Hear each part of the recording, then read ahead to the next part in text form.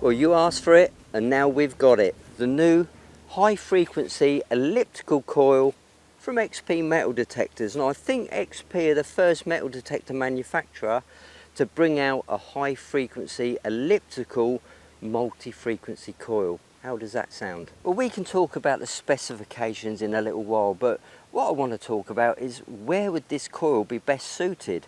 Well, we all know the elliptical high frequency coils are great in the goldfields, looking for those tiny nuggets in difficult ground. Now, having used an elliptical coil before many times on the XP DEUS I, I found so many other uses for this coil. For example, your contaminated Roman and medieval sites is going to find those tiny little coins, tiny little brooches, and it's also going to work well on the beach, getting up to those structures where we all know that's where the goodies wash up. And let's not forget forests and woodland, and it's perfect for getting around tree roots and tight places. Frequencies. In simultaneous fast multi-frequency it does 9 to 90 kilohertz, and in mono it does 9 to 120 kilohertz in selectable single frequencies. The total weight of this coil with the battery and the carbon fibre lower stem is 456 grams.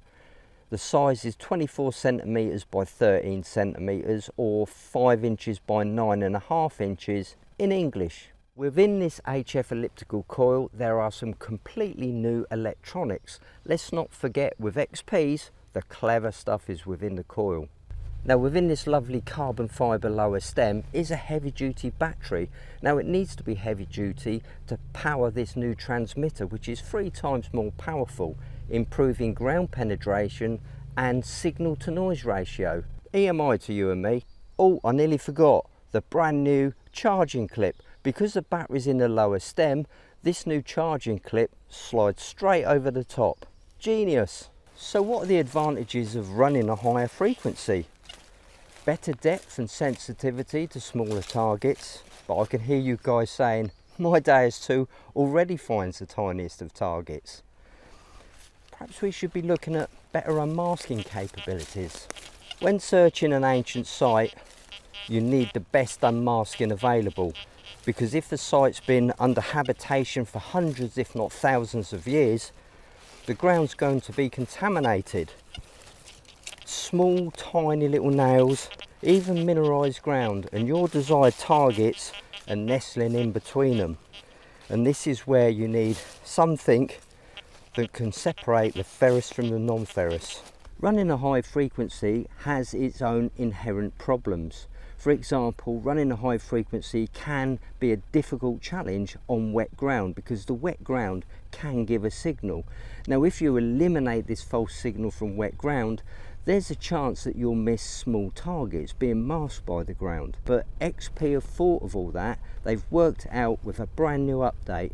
Yes, you need an update to run this new elliptical coil, but don't worry, all your other coils will work absolutely seamlessly. Because my current software to run this HF elliptical coil is the beta version, I think it would be wise if we talk about the update and some new features in a later video.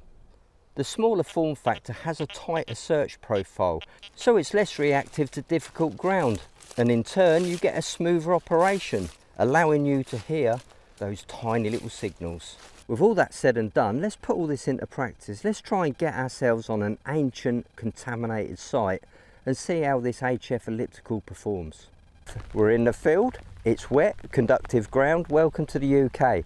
Well, normally I jump into one of my custom programs such as a Techna, but XP have insisted that I use factory default program number 1, the general program, because it's got inbuilt ground subtraction, and they said it's going to be perfect for our UK soils because it takes all the false signals out of the ground. We'll see about that. So using the general program, what maximum working frequencies have we got?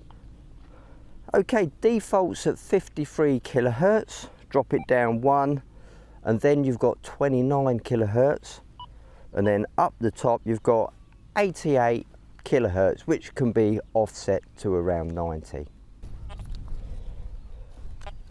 Straight away I can hear this coil is really quiet. Is it switched on? Yeah, yeah, really quiet.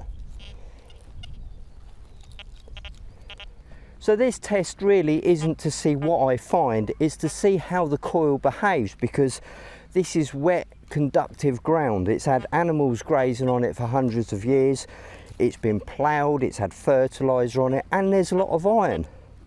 It's always worried me using a program with ground subtraction when I'm hunting for tiny little targets, because the pure nature of ground subtraction, i.e. removing the salt, can mask those tiny little targets, especially next to iron. So I asked XP about this problem and they said, not with this coil, not with this software. Go out with a general program, be confident and give us your thoughts. And that's exactly what I'll do. So far, this coil using the higher frequency has given me a couple of good signals on coke, coming in at about 26. Now just that alone is telling me this ground subtraction program isn't masking those tiny little targets, because there's not many tiny little targets that fall below coke. So if you're finding coke, you're doing okay. And of course, if your field is full of coke, you can add a little bit of notch to get rid of it, or assign a tone to that particular number. So that's the stability test on the plough land. I wonder what it's going to be like on wet pasture, because that's going to pose its own challenge, because we've currently got lots of cattle grazing on it, so the salt level's going to be really high. No noise from the ground at all, and this is the general mode.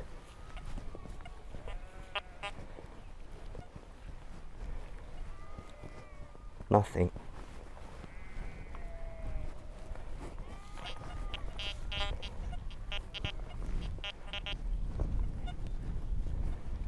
Brilliant, lovely and stable on wet pasture, even using those higher frequencies. What's it going to be like on wet sand? Really stable on this wet sand. And that's using the general program.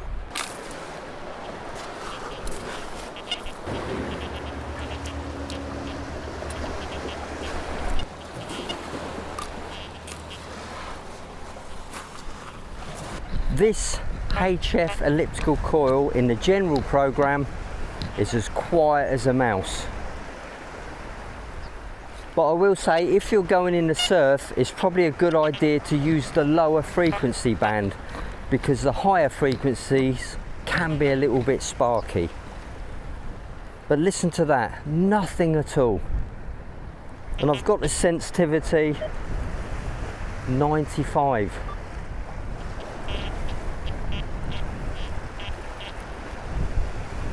I'm using the general program just to demonstrate how versatile it is.